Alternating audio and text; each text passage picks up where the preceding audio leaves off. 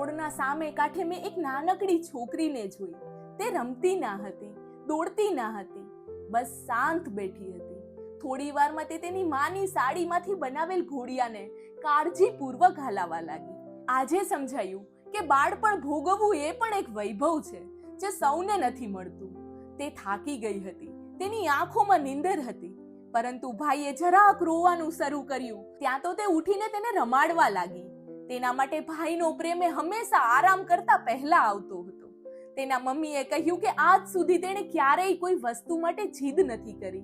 તેના મનગમતા બિસ્કિટ પણ તેણે ક્યારેય માંગ્યા ન હતા. મેં કુકીઝનું પેકેટ ખોલીને તેને આપ્યું ત્યારે તેણે કંઈ વિચાર્યા વગર મને ખવડાવ્યું. જો આપણી આખી જિંદગી તરસમાં ગઈ હોય અને આજે પહેલી વાર પાણી મળ્યું હોય તો શું આપણે તેને બીજા સાથે વહેંચી શકીએ?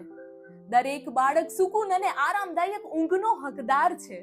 એક સુરક્ષિત પારણું જ્યાં હવે સપનાઓ મીઠા લાગશે. અમે રમ્યા, અમે હસ્યા અને અમે સાથે સમય વિતાવ્યો. મેં તેને લર્નિંગ ટોયસ આપ્યા ત્યારે તેના ચહેરાના હાવભાવ એવા હતા જાણે તેને કોઈ કિંમતી વસ્તુ મળી ગઈ હોય. જવાબદારીનું પોટલું બાજુ પર મૂકીને તેણે પહેલી વાર સ્મિત કર્યું. બાળકો માટે સૌથી મોટો વારસો જે આપણે આપી શકીએ છીએ તે છે ખુશીઓથી ભરેલી યાદો. Nothing is more precious than a happy child.